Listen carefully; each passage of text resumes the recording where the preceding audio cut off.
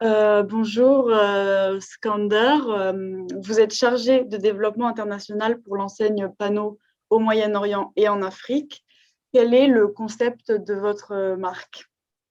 Pano, c'est le réseau spécialisé dans la communication visuelle et la signalétique auprès des professionnels et des entreprises depuis plus de 40 ans maintenant.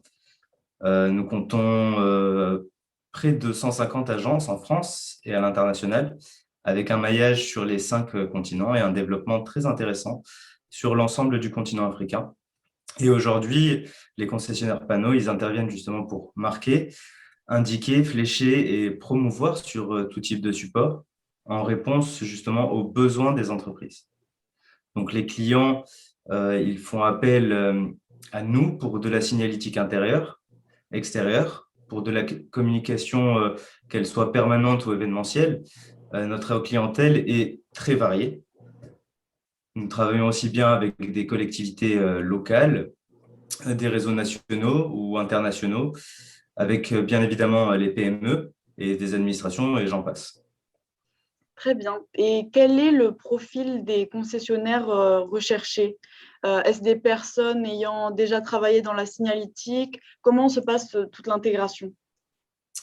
Aujourd'hui, notre politique de recrutement est réfléchie et nous sélectionnons les candidats qui sont en phase avec les valeurs du réseau. Les concessionnaires panneaux ont des profils de gestionnaires, ils sont dynamiques, ils ont l'esprit commerçant et un bon relationnel client également. Du coup, notre réseau est composé finalement de profils très variés. C'est ce qui fait la force du réseau panneau en soi. Pour l'exemple, nous avons des concessionnaires qui étaient en pleine reconversion professionnelle et qui nous ont rejoints. On a des concessionnaires qui étaient issus des métiers de la communication, des anciens graphistes, des imprimeurs, des agences de communication également, même des confrères de la signalétique qui nous ont également rejoints et qui souhaitent bénéficier justement de tous les avantages du réseau et de notre concept. Très bien. Certains, justement, se sont lancés seuls, d'autres en famille ou avec des partenaires, et on voit finalement de plus en plus de projets multi-agences, ce qui montre justement le dynamisme du réseau Pano actuellement. Parfait. Et est-ce que vous pouvez nous faire un bilan des ouvertures sur le continent africain ou celui du Moyen-Orient pour l'année 2020 et les projections que vous pouvez potentiellement avoir pour 2021-2022? Oui, bien sûr. Pour l'année 2020, nous avons ouvert une quinzaine d'agences en France et à l'international. Et pour l'année 2021, nous avons déjà une vingtaine d'agences en cours d'ouverture avec de nouveaux pays comme la Somalie, la Guinée, le Cameroun, le Burkina Faso et l'Éthiopie. Et à moyen terme, l'objectif, c'est d'atteindre les 300 agences en France pour couvrir justement l'ensemble du territoire national et de continuer notre maillage sur l'Afrique et sur les 5 continents. D'accord. Et comment formez-vous les franchisés? Alors, nous transmettons notre savoir auprès de nos futurs concessionnaires via Pano Academy, au travers d'une formation totalement personnalisée et professionnalisante pour tous. Pendant plusieurs semaines, en fait, les futurs concessionnaires, ils se forment au métier en alliant à la fois la théorie et la pratique. Une fois qu'ils ont vu tous les aspects justement du métier, les techniques de pose, l'infographie, la conception ou la production encore, bref, l'offre complète de panneaux, ils sont prêts à débuter leur activité de leurs nouvelles agences. D'accord, très bien, merci.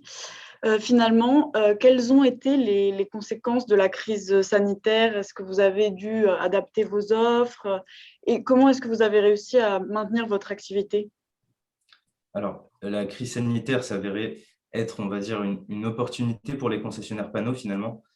Nous avons été sollicités pour les concessionnaires euh, pour de la signalétique informationnelle, des plexiglas pour les entreprises, pour les commerces, de toute taille, hein, les banques, les hôpitaux et bien d'autres. Nous avons également été sollicités pour de la personnalisation de masques, pour la fabrication de bornes de gel hydroalcoolique aussi, par exemple. Donc finalement, la force du réseau Pano a été de s'adapter très rapidement à la demande et de proposer des produits innovants qui répondent aux exigences sanitaires que nous connaissons tous actuellement. Les concessionnaires Pano ont pu communiquer, travailler et répondre finalement aux besoins urgents des entreprises.